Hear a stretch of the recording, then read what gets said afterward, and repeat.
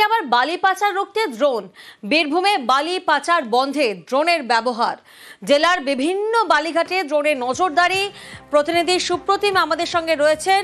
সুপ্রতিম, বালি পাচার রুখতে ঠিক কি পদক্ষেপ নেওয়া হচ্ছে এবং ড্রোনের ব্যবহারই বা হচ্ছে কিভাবে? দেখো, বীরভূম জেলার বিভিন্ন বালিঘাটে গতকাল রাত্রেবেলায় কিন্তু ড্রোন উড়িয়ে তল্লাশি হয়। বীরভূম জেলার পুলিশ সুপার সঙ্গে বীরভূম জেলার বিভিন্ন থানার পুলিশরা কিন্তু এই তল্লাশি অভিযানে ছিলেন।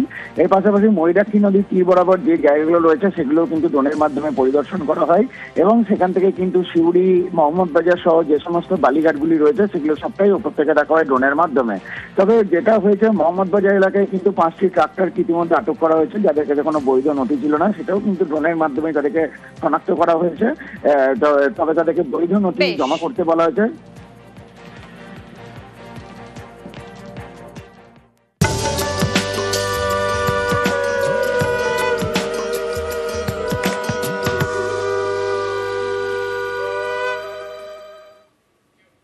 কালীকথা, বাঁকুড়ায় খ্যাপা মায়ের কালীকথা। হেঁসবাড়ির চাল দিয়ে কালী পুজোর ভোগ রান্না হয়। সোনামুখীতে 505 বছরের ইতিহাস। দেখুন।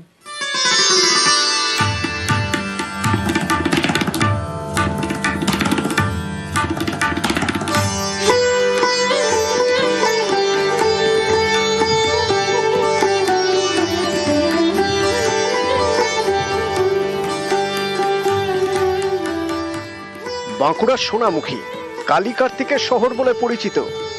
সোনামুখীর 9 নম্বর ওয়ার্ডে কৃষ্ণবাজার। এখানে খ্যাপা মায়ের কালীকথা।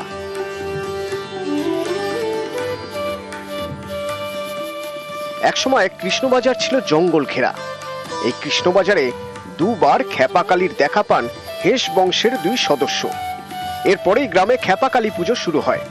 পরে এই কৃষ্ণবাজারে কালী মন্দির প্রতিষ্ঠা করা হয়। 505 বছর ধরে কালী মন্দিরে পুজো চলে আসছে। প্রতিবার কালী পুজো জমজমাট। খ্যাপা কালীর বিশেষত্ব, মাতৃ প্রতিমার মাথায় চুল থাকে না। হেঁসবাড়ি থেকে চাল এলে কালী পুজোয় ভোগ রান্না হয়।